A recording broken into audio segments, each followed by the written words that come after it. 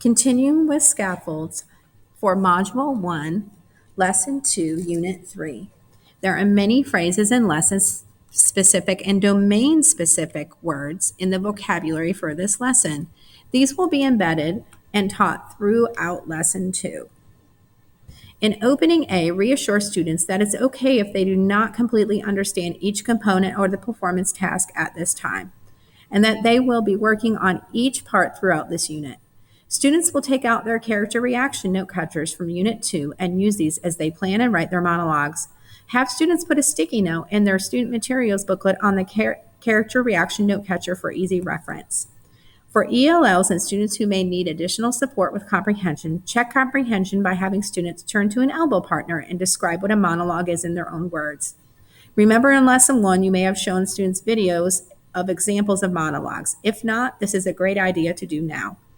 In order to build background knowledge and language skills as they prepare to plan and write their monologues, have students briefly summarize each event within a few sentences before asking groups to choose their events. It's a great idea in Work Time A to explicitly teach the verb tenses using the suggested teacher conversation notes. Also mentioned, there is a language dive. This is important to try to do as well, not only with ELLs, but possibly the whole class. It will give them a structure for their monologues. In the language dive instruction, it will focus on just one complex sentence from the text. Chunk the sentence into sections to more closely analyze each section, encouraging students to look at not only word-level meanings, but focusing on how the words work together to create meaning. Students will deconstruct, then reconstruct the sentence using different strategies. Throughout the language dive, be sure to give students think time to process answers and use illustrations, as well as total physical response techniques to support comprehension. You can do this language dive over a few days or with the whole class, or even assign as homework. For students who may need additional support with comprehension, color code each part of the monologue planning graphic organizer, Miguel's monologue. Fill in the beginning, middle, and end boxes with a different color marker. Use the corresponding colors to highlight and label sections of Miguel's monologue to reinforce the connection between the information in the graphic organizer and the information in the monologue. Model and think aloud the process of identifying and labeling parts of Miguel's monologue that establish the situation or introduce the characters.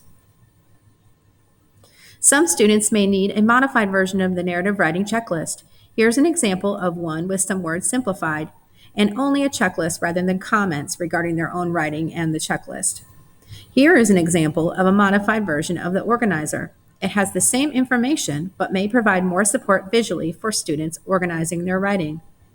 Students can color code the organizer the same as they did the model monologue. Scaffolding is an instructional method that progressively moves students toward greater independence and understanding during the learning process. Refer to the EL Education Scaffold Overview for grades 2 through 5 for additional resources that may provide further support when planning for and implementing instruction. As a reminder, additional resources and professional learning videos can be found in Learning Central under the appendix with each grade level module and in the teacher planning tools for your grade level curriculum. If you need more assistance with differentiating scaffolding lessons, you may wish to reach out to the experts in your building, the ESL teacher, the special education specialist, the intervention team facilitator, or contact the central office coordinating teachers assigned to your school for support.